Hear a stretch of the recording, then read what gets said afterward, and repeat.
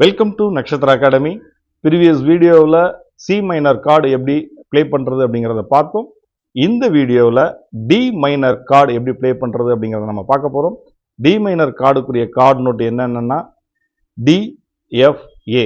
இந்த மூணு நோட்டையும் ஒன்று சேர்ந்தார் போல் வாசித்தா அது D minor chord. இந்த D minor chord நம்ம கிட்டார்ல இந்த D, F, A இந்த மூணு நோட்டும் எந்த பொசிஷன்ல இருக்கு அப்படிங்கறத நான் உங்களுக்கு சொல்றேன்.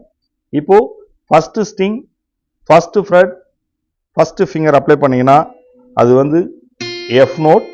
அடுத்தது third string second fret second finger apply பண்ணீங்கன்னா A note. அடுத்தது fourth string third fretல third finger apply பண்ணீங்கன்னா அதுவும் F note. அடுத்தது second string third fretல fourth finger apply பண்ணீங்கன்னா அது D note. இப்போ D, F, A இந்த மூணு நோட்டையும் 4 ஸ்ட்ரிங்ல நம்ம அப்ளை பண்ணியிருக்கோம். இப்போ இந்த 4 ஸ்ட்ரிங்கையும் சைமல்டேனியஸா ப்ளே பண்ணீங்க அப்படின்னா அது வந்து D minor chord. அவ்வளவுதான், வெரி சிம்பிள். இந்த கார்டு ரொம்ப அழகான ஒரு கார்டு. நிறைய பாடல்கள் D minor chordல கம்போஸ் பண்ணியிருக்காங்க.